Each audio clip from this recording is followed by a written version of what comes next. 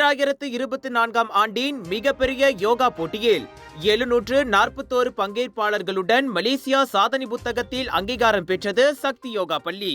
சக்தி யோகா பள்ளி மற்றும் நாட்டின் பல யோகா பள்ளிகளுடன் இணைந்து இந்த போட்டி கடந்த டிசம்பர் 21ஆம் தேதி லுகோட் நெகிரி செம்பிலானில் நடைபெற்றது. இதில் 741 போட்டியாளர்கள் நேரடியாக பங்கேற்றனர்.